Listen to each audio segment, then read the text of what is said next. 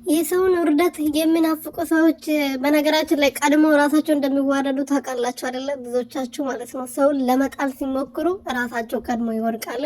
ሰውን እንዲዋረድ፣ ሰው እንዲከፋ፣ ሰው እንዲያዘን፣ ሰው እንዲያረክስ ቀን ከሌሊት ሲለፉ እራሳቸው ያለቅሳሉ። እና በዚህ አጋጣሚ አቤል ማለት ነው የሩትዬን ውርደት ጠብቆ የሩትዬን ውርደት ለማየት ጠብቆ እያልክ ነውና እሷ ምንም የሚያስወርድ ወይም ደግሞ ውርደት የሚባል ነገር የለባትም። ምክንያቱም ለራሷ ክብር አላት። እናንተ ውርደታም አይደለችም እና እሷን ለማዋረድ ቀን ከሌሊት እንቅልፍ ስታጣ ራስ ተዋርደ እንዳትገኝ በዚሁ አጋጣሚ ጥንቃቄ አድርግ፣ ተጠንቀቅ ብላለችና ሩትዬ ተጠንቀቅ ነው መልክ ገባ አይደለ?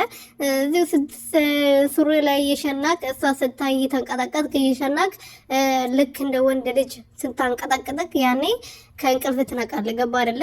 ሰላም ሰላም ቤተሰቦቼ እንዴት ናችሁልኝ? እኔ በጣም ደህና ነኝ፣ እግዚአብሔር ይመስገን። ሰላማችሁ በዘት ትርፍርፍ ይበልልኝ። ለዚህ ቤት ለዚህ ቻናል አዲስ የሆናችሁ ሰብስክራይብ፣ ሼር፣ ላይክ እያደረጋችሁ ቤተሰብ እንድትሆኑ በትህትና እየጠየቅኩኝ እንግዲህ አቤል ምንድነው ያለው? ይሄ ካሌብ የሚባለው በርቶ ካጂ ጋር ቪዲዮ ሰርቶ ነበርና ፖስት ያደረገው ቪዲዮ ላይ ሩታ ለማዋረድ ተዘጋጅ ነው ያለውና እሷን ለማዋረድ ስትሰራ ለራዚ ይዞራል። ምክንያቱም እሷ ንጹህ ሰው ነች፣ ንጹህ ልብ አላት፣ ለሰው ታዝናለች። ለእናንተ አዝና ነው ይሄ ሁሉ ህይወታችሁን የቀየረችላችሁ፣ ልብሳችሁን እንድትቀይሩ፣ ጫማችሁን እንድትቀይሩ፣ ይሄ ሁሉ ከእናንተ ጋር የሰራችሁ ሰው እንድትሆኑ ነው። እናንተ ግን ሰው ሆናችሁ ካዳችኋት። ገባ አይደለ? ሰው አልሆንክም ሲጀመር ገና አንተ ማለት ነው።